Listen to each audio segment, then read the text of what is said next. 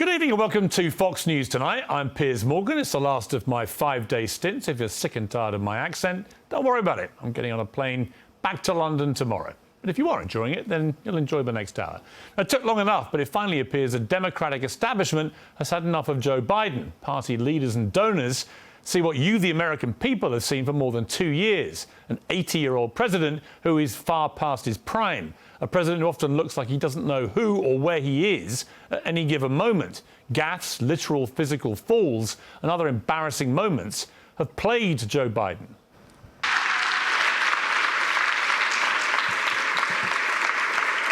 More than half of the women in my administration are women.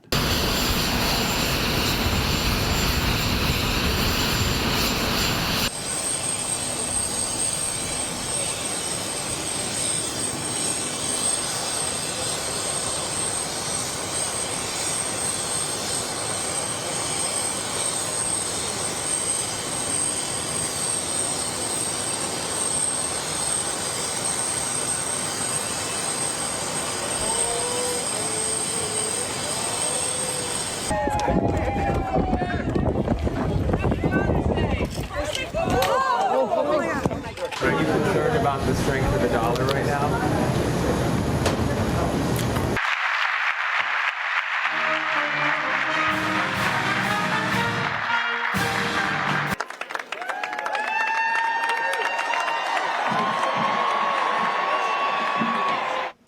All pretty toe-curling, as we might say, across the pond. It does seem, though, that Biden's party may have finally had enough.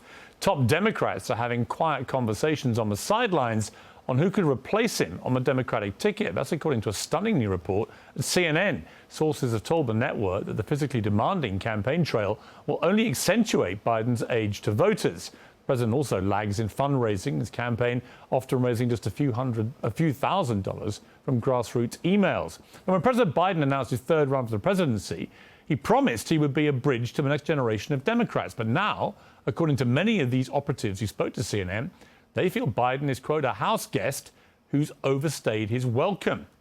It's time to go, Joe. And the longer Biden stays, the more he invites challenge within his own party.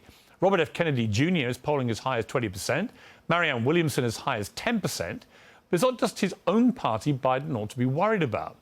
Now, third-party challenges are poised to throw a wrench into the 2024 election. Candidates like Cornel West, it's not a fringe possibility. Former President Obama's own campaign manager, David Axelrod, acknowledged that West is a real threat to Biden. Do you think Biden recognizes how big of a problem Cornel West could be for him?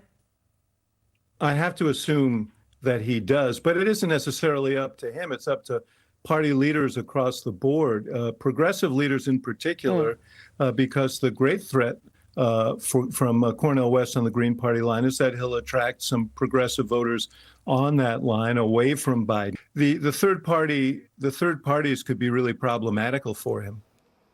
And if a character like Cornel West is a threat, imagine what someone like Joe Manchin could do. Manchin raised over $1 million last quarter and is headlining an event with the bipartisan group No Labels, which itself is organising an independent presidential campaign. The group says a third-party candidate could garner as much as 20% of the vote in 2024.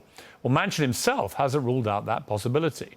This is nothing. Third-party bid. No, this is nothing about a third party. This is not about any office at all. It's about a dialogue for common sense, which is very hard to have here, finding kind of commonality. You ruling out a third-party bid? Oh, I've never ruled out anything or ruled in anything. I'm just. This is just strictly a conference that we're having. That wasn't a no, was it? Well, former Maryland Governor Larry Hogan is considered a moderate Republican, seemed to confirm that even the Democratic Party fears the presence of a third-party challenger. Have conversations about a third-party bid become more serious? Well, I think they are getting more serious, and the Democrats seem to be taking it very seriously. I mean, look, they're in a full-blown panic. They're having secret closed-door meetings with the former White House chief of staff and lots of leaders from the Democratic Party. They're really concerned about this. Later in the interview, Hogan refused to rule out his own third-party bid. There's an awful lot of people that are trying to, talk to me about being that third-party nominee. Are you willing to do it? I think it's far too early. I think it's premature. We don't, I'm focused on the Republican primary. It sounds like you're considering it.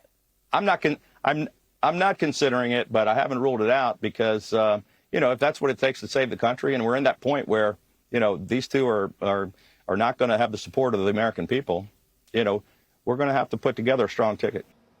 Yeah, just an FYI, if you haven't ruled it out, you're considering it. And if there's any indication as to how threatened Biden-aligned Democrats feel, look no further than DNC Chair Jamie Harrison. So this is not the time in order to experiment. This is not the time to play around on the margins. And what we see is a lot of folks who want to be relevant and try to be relevant in these elections and not looking at the big picture, that we are not going to, we got to reelect Joe Biden. We have to reelect Kamala Harris because there is no third party candidate that will win this election. Hey, Sean Hannity here. Hey, click here to subscribe to Fox News YouTube page and catch our hottest interviews and most compelling analysis. You will not get it anywhere else.